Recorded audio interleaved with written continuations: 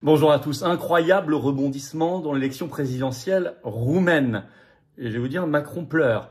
Je vais vous expliquer dans cette vidéo.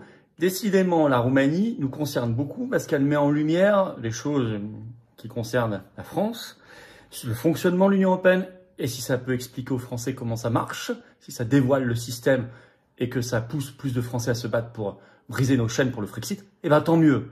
Et on souhaite le meilleur d'ailleurs aux Roumains parce qu'ils sont en train de se battre. Et il y a un souverainiste rebelle là-bas. Je vous explique tout dans cette vidéo. Bien évidemment, merci de la partager, de vous abonner à cette chaîne YouTube. Un petit clic gratuit sur s'abonner, ça aidera une meilleure, bien meilleure diffusion si vous êtes abonné à la chaîne plutôt que pas. Vous le savez, donc merci beaucoup pour cet effort. Je dois vous annoncer quelque chose. Ce vendredi 23 mai, nous lançons, vous recevrez un mail directement dans votre boîte mail, vous vérifiez également vos spams. Nous lançons une grande consultation de tous les adhérents patriotes à jour. Donc soit vous devenez de nouvel adhérent, jusqu'à la fin de la consultation ça marchera, elle durera une semaine, soit vous réadhérez dès maintenant pour vous remettre à jour si vous n'êtes plus à jour, et comme ça vous recevez la consultation.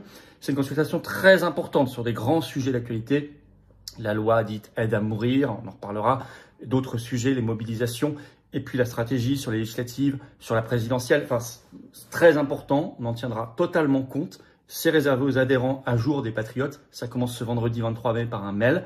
Voilà, donc pensez à adhérer ou à vous remettre à jour en réadhérant et vous recevrez cette consultation.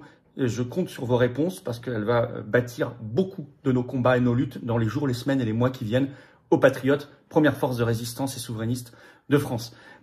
Par ailleurs, le même jour, 23 mai à 19 h, on sera en direct sur cette chaîne. Vous le savez, en direct sans tabou. Je répondrai à toutes vos questions. On regardera ensemble toute l'actualité française et mondiale. Ça va être formidable. Tout le week-end, je suis en déplacement, en meeting avec vous à Nantes, samedi 24 mai, à Cannes, dimanche 25 mai. Partout, c'est entrée gratuite. Inscrivez-vous pour Nantes et Cannes ce week-end sous la vidéo en description. Et vous savez que jeudi 29 mai, on est à 18 h devant le Sénat, 20 rue de Tournon, 18 h. Devant le Sénat pour les 20 ans du non à la Constitution européenne. Grand rassemblement populaire énorme pour le Frexit. Venez très très nombreux.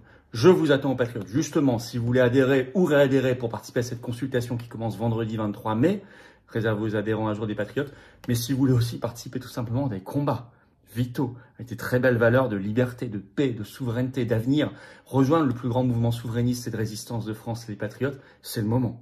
C'est le moment. Plus ce qui se passe en Roumanie, partout dans le monde cette année et en France, je crois que c'est le moment de venir. Vous pouvez adhérer ou réadhérer dès maintenant aux Patriotes par le premier lien sous la vidéo en description ou aider le mouvement à faire des actions concrètes par un don aux Patriotes. C'est le deuxième lien sous la vidéo en description. Je rappelle que notre mouvement est indépendant, qu'il n'a pas 1 euro de subvention publique. Rien. Il ne peut faire des actions que par les adhésions et les dons. Et je rappelle que tous ces liens, vous les retrouverez sur les-patriotes.fr également, notre site, et qu'en plus, ça fait baisser vos impôts puisque c'est défiscalisé aux 2 tiers de ce que vous mettez. Aux 2 tiers, c'est énorme. Faites pas ce cadeau au fisc, aidez un mouvement de résistance qui est indépendant, qui n'a pas de subvention publique ni d'aide des banques. Énorme bravo en tout cas aux donateurs, aux réadhérents, bienvenue aux nouveaux adhérents patriotes. On y va. Roumanie, l'incroyable rebondissement, il y en a même plusieurs. Ça nous concerne, parce que ça concerne beaucoup le fonctionnement de l'Union européenne et la Macronie. Alors, d'abord, Georges Simion, le souverainiste rebelle, donc qui avait fait 41% au premier tour, je vous rappelle, le 4 mai, qui aurait perdu au second tour à un peu plus de 46% face aux candidats ultra-européistes, pro-guerre et covidistes. Et il fait 2 annonces. Il a fait 2 annonces ce 21 mai sur son compte X.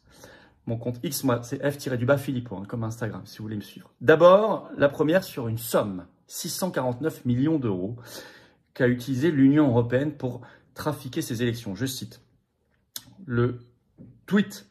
Pardon, c'était ce 20 mai, ce 20 mai bien sûr, de Georges Simion. 649 millions d'euros, c'est le coût de la censure et de la réduction au silence des voix souverainistes dans l'Union européenne à travers les projets financés par la Commission européenne. Le régime, ajoute-t-il, tyrannique de von der Leyen prendra fin très bientôt. Liberté, démocratie.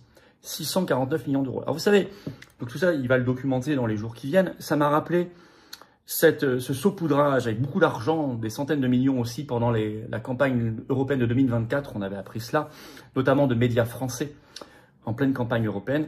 Vous savez que j'ai demandé à la Commission européenne la liste des médias et la somme reçue. J'ai eu une première réponse, il y avait des choses, mais incomplète. J'ai ressollicité il y a 2 semaines pour avoir la suite. Donc dès que j'aurai la réponse complète, je vous en parlerai peut-être dans notre direct, si je l'ai d'ici là, ce 23 mai, ce vendredi à 19 h sur cette chaîne. Et puis l'incroyable recours. Alors ça, c'est très intéressant parce qu'il utilise le système contre lui-même. Deuxième tweet de Georges Simion, ce 20 mai sur son compte X, je cite, « Je demande officiellement à la Cour constitutionnelle, donc roumaine, d'annuler les élections présidentielles roumaines de mai 2025 pour les mêmes raisons que celles pour lesquelles les élections de décembre ont été annulées, les interférences extérieures d'acteurs étatiques et non étatiques. Mais cette fois, c'est prouvé par des preuves, dit-il. Ni la France, ni la Moldavie, on en avait parlé, ni personne d'autre n'a le droit d'interférer dans les élections d'un autre État. À tous les Roumains, demandez d'urgence à la Cour constitutionnelle d'annuler cette farce. Nous n'abandonnerons pas et ne trahirons pas. Ce n'est que le début d'une grande victoire. » Bravo Georges Simion. En effet, et sa demande d'annulation a été reprise par toute la presse mondiale. Par exemple, Le Monde qui titre ce 20 mai au soir, « En Roumanie, Georges Simion demande l'annulation de l'élection présidentielle. Le candidat nationaliste, battu au second tour de l'élection dimanche, a annoncé mardi son intention de déposer un recours pour obtenir l'annulation du scrutin en raison d'ingérences extérieures, notamment de la France. » Très bien. Alors, en fait, vous savez, la Cour constitutionnelle, en décembre, le 6 décembre 2024, avait dit on annule parce qu'il y a soi-disant ingérences russes qui n'ont jamais été documentées et prouvées. Vous parlez du compte TikTok de M. Georgescu. Là, il y a des ingérences, mais prouvées. Quand Valérie Ayé dit « je vais faire des réunions publiques pour faire élire l'européiste », elle l'avoue. Quand Macron, quand Pavel Durov, et je vais vous en reparler, balance Macron, quand l'Union européenne s'implique, quand il y a de l'argent qui coule à flot, là, c'est pas une suspicion d'ingérence. Donc, il utilise en fait les propres armes du système contre lui-même. Très malin, très fort, très puissant. Tout mon soutien, tout le soutien des patriotes.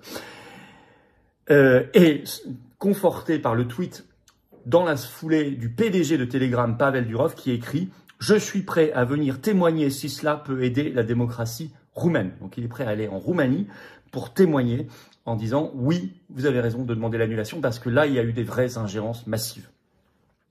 D'autant que le même Pavel Durov, donc le PDG de Telegram, du réseau social Telegram, on y est nous sur Telegram, c'est les patriotes, hein, il y a le lien sous la vidéo en description si vous voulez nous suivre, je vous y invite, a balancé du très lourd par plusieurs tweets sur plusieurs jours sur son compte X. D'abord le 18 mai, voilà ce qu'il avait écrit. Un gouvernement d'Europe occidentale, devinez lequel, et il dessine une baguette, donc on comprend que c'est la France, a contacté Telegram pour nous demander de faire taire les voix conservatrices et souverainistes en Roumanie avant l'élection présidentielle. J'ai catégoriquement refusé. Telegram ne restreindra pas les libertés des utilisateurs roumains, ni ne bloquera leur chaîne politique. Il ajoute, on ne peut pas défendre la démocratie en la détruisant, on ne peut pas lutter contre l'ingérence électorale en s'ingérant dans les élections. Soit on a la liberté d'expression et des élections équitables, soit on ne les a pas, et le peuple roumain mérite les deux. Et puis, il balance plus clairement le patron de la DGSE, Direction Générale des Services Extérieurs, c'est-à-dire le renseignement français extérieur, très important, par ce tweet ce 18 mai. Ce printemps, au Salon des batailles de l'hôtel de Crillon, donc à Paris, Nicolas Lerner, chef des services du renseignement français, c'est le patron depuis 2024 de la DGSE, m'a demandé d'interdire les voix conservatrices et souverainistes en Roumanie avant les élections. J'ai refusé. Nous n'avons pas bloqué les manifestants en Russie, Biélorussie ou en Iran, nous ne le ferons pas en Europe.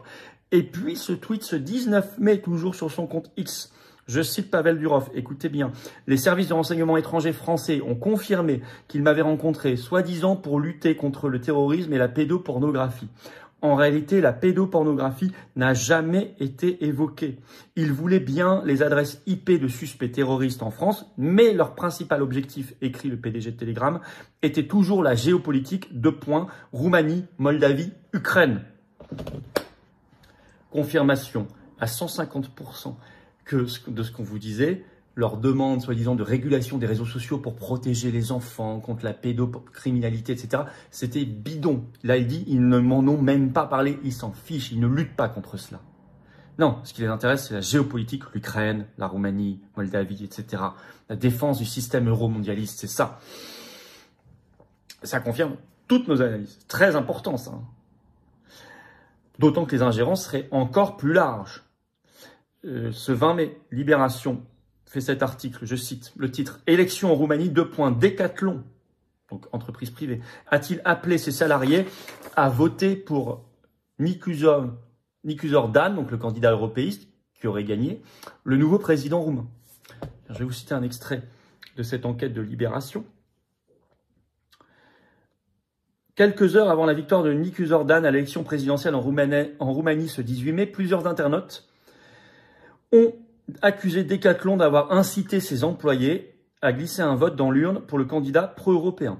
Les internautes s'appuient sur ce qui est présenté comme un mail interne, envoyé par un directeur de branche roumaine de la multinationale à ses collègues le samedi 17 mai, soit la veille des élections. Dans son mail, le responsable indique que l'entreprise a décidé d'accorder aux salariés 2 heures pour aller voter, dimanche pour le second tour, et les encourage à se rendre aux urnes en insistant sur l'importance du droit de vote obtenu par le peuple roumain au prix d'un grand sacrifice. Mais le détail qui a fait tiquer les internautes se cache dans la formule de politesse écrite à la fin du mail. Le salarié souhaite un bon week-end à ses collègues en mettant les 2 dernières lettres ND en majuscule. Or, les lettres ND correspondent aux initiales de Nicuzor Dan, maire de Bucarest, élu président de la Roumanie avec 53,6% des suffrages face à son rival nationaliste George Simion. Et ce qui est très intéressant, je cite toujours Libé, Decathlon ne conteste pas l'authenticité du mail, mais estime qu'il s'agit d'une initiative individuelle. Un petit peu facile, c'est le patron de Decathlon Roumanie qui envoie à tous ses salariés. Et on n'en est qu'au début des trouvailles, des découvertes et des révélations sur des ingérences par des acteurs étatiques, dont l'Union européenne, et non étatiques, comme ici, privés. Alors, c'est un sacré rebondissement, et notamment le recours en annulation par Georges Simion en utilisant les armes du système contre lui-même. Ça, c'est ce qu'il y a de meilleur. C'est très fort. Et c'est très intéressant parce que ça mêle complètement la Macronie. Macron pleure toutes ces révélations, et on n'en est qu'au début, surtout si Pavel Durov va témoigner. Il faut évidemment une commission d'enquête parlementaire en France sur cette ingérence macroniste dans les élections roumaines. Que font les parlementaires? Mettez sur pied très vite, à l'Assemblée nationale, une commission d'enquête sur cette ingérence. Convoquez tout le monde. Convoquez le patron de la DGSE, convoquez le patron de Decathlon, convoquez le gouvernement français, reconvoquez Bayrou. Je sais pas, convoquer Macron ne peut pas l'être, paraît-il. Bah, alors convoquer, et cette fois obliger à venir les proches et les collaborateurs sur les affaires extérieures de Macron. Bon. J'avais fait l'analyse sur cette chaîne il y a quelques jours. Le système ne peut plus se cacher. Avant, il pouvait manipuler et gagner sans qu'on le voit trop. Maintenant, il y a tellement des résistances en face, et tant mieux, qu'il est obligé de tomber le masque et de faire du gros rouge qui tâche, comme ici, la pure ingérence massive qu'on voit. Eh bien écoutez, ça ouvrira les yeux de maximum de gens, et notamment de Français qui réclameront donc le Frexit, la sortie de la France de ce système odieux qu'il faut mettre à terre, qui s'appelle l'euro-fascisme, l'euro-mondialisme, l'européisme, mettre à terre l'Union européenne pour notre liberté, notre avenir, notre souveraineté de peuple et de nation, la sortie de la France de l'Union européenne, le Frexit.